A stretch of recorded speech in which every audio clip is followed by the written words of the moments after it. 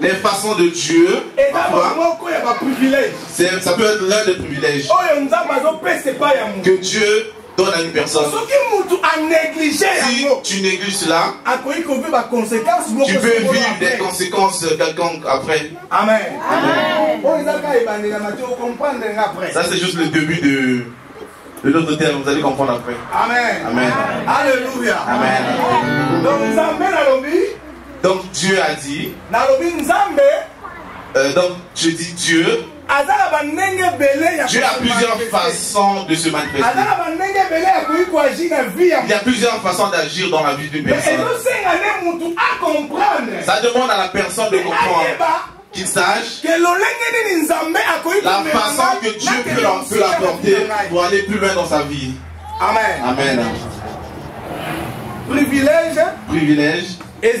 Ça veut dire les occasions que Dieu permet à une personne pour qu'une personne soit élevée. Privilège. Privilège. C'est les moyens que Dieu utilise pour élever une personne. Une personne peut être à un niveau Dieu lui a donné l'occasion.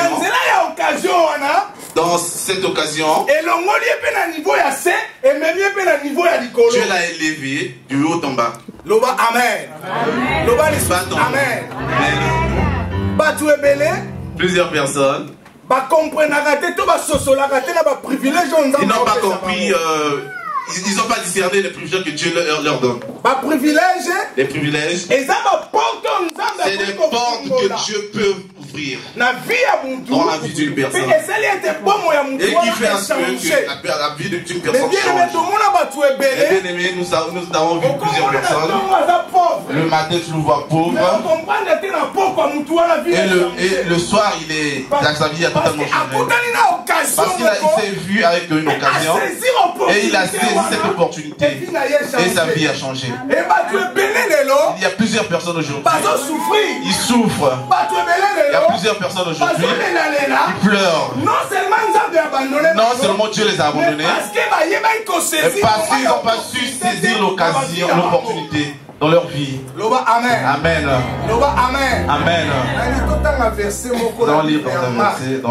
Dans le livre de Marc. Marc chapitre 5 verset 1 à 17. Marc 5 verset 1 à 17. Et si car prédication à M. Fanny. Marc chapitre 5.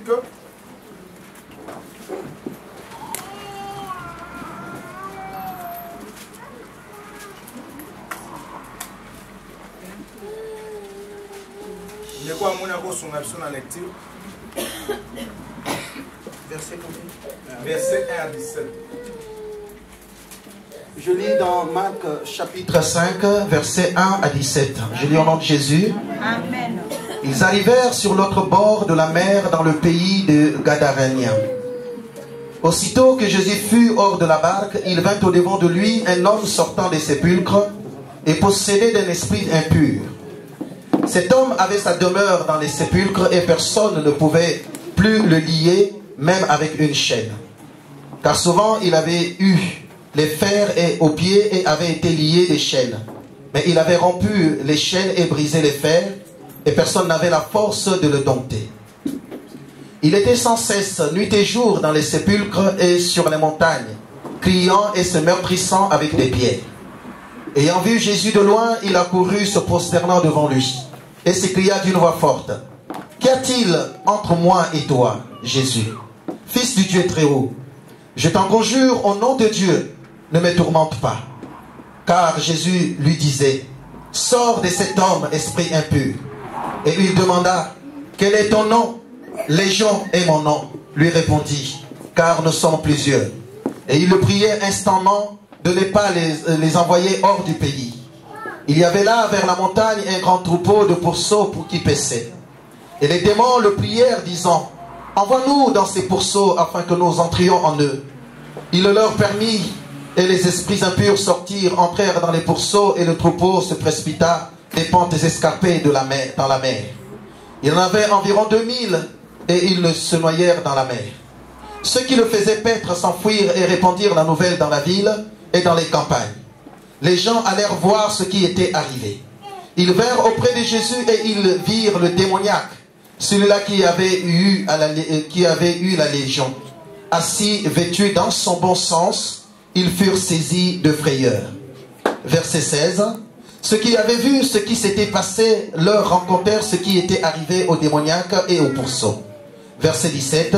Alors ils se mirent à supplier Jésus de quitter leur territoire. Amen. Amen.